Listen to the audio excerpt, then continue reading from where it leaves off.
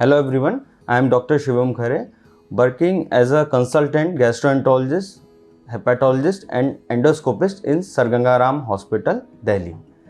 आज हम गैस्ट्रो से रिलेटेड एक बहुत ही कॉमन टॉपिक के बारे में बात करते हैं जिसको gastro oesophageal reflux disease GERD बोलते हैं और कॉमनली इसको एसिड रिफ्लक्स डिजीज बोलते हैं। तो इसमें सबसे पहले बात करते हैं सिम्टम्स क्या होते हैं इसके। तो इसके सिम्टम्स में सबसे पहले चेस्ट में बर्निंग, अपर एब्डोमेन डिस्कम्फर्ट, बर्पिंग्स मतलब डकारों का आना, ये कॉमन सिम्टम होते हैं इसके।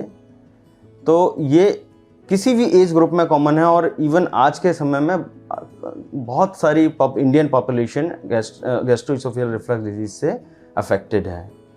तो कॉमन एज ग्रुप वैसे इस समय यंग एज ग्रुप है जो ज़्यादा अफेक्टेड है, बट ये सारी एज में प्रेजेंट हो सकती है। तो इसके लिए अगर ये किसी को रिफ्लक्स डिजीज़ है तो इसके लिए क्या क्या करना चाहिए, तो इसमें पहले तो हम लाइफ स्टाइल इम्प्रूव करके इसको ठीक कर सकते हैं।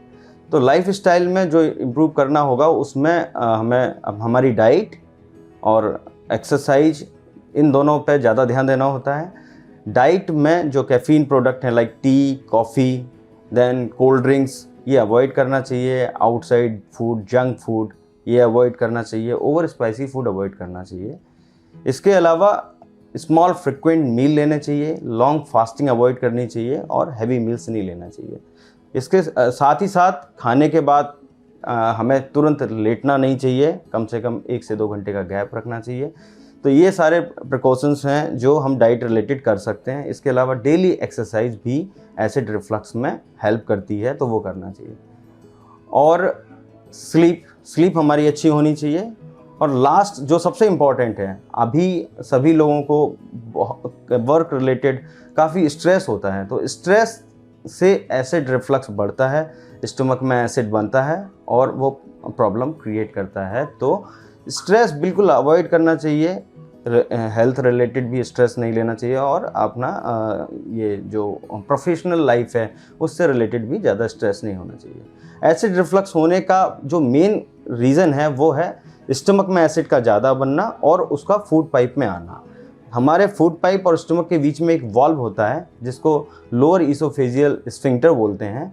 वो यूजुअली खाना खाने के टाइम पे ओपन होता है और फिर वो क्लोज हो जाता है।